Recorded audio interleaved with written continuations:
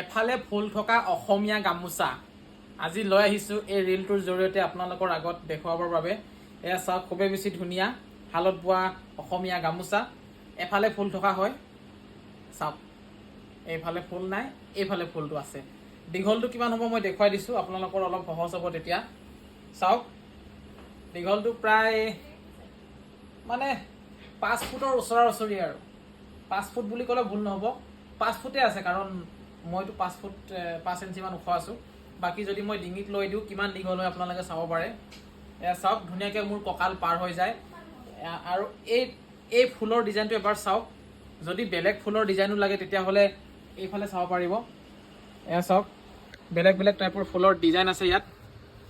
এইটো চাওক, এইটো ডিজাইন আছে, এইটো ডিজাইন আছে, আৰু এইটো ডিজাইনত আছে, এইটো ডিজাইনত আছে, এইটো ডিজাইনত আছে, তাৰপিছতে এনেকুৱা আছে। আপোনালোকে যদি অৰ্ডাৰ কৰিবলৈ বিচাৰে 2খন 3খন 4খন 5খন 10খন 20খন যিমানেই নহওক কিয় হোৱাটছআপ কৰিব। মই এটা নম্বৰ স্ক্ৰীণত দি ৰাখিছোঁ, সেইটো হৈছে আমাৰ হোৱাটছআপৰ নম্বৰ। তাত আপোনালোকে হোৱাটছআপ কৰিলে হ'ল, আৰু কোনটো ফুল পচন্দ লাগিছে স্ক্ৰীণশ্বট মাৰি দেখুৱাই দিব। আমি ধুনীয়াকৈ আপোনালোকৰ এড্ৰেছত পঠিয়াই দিবলৈ পাৰিম। যিমান লাগে পাই যাব আপোনালোকে।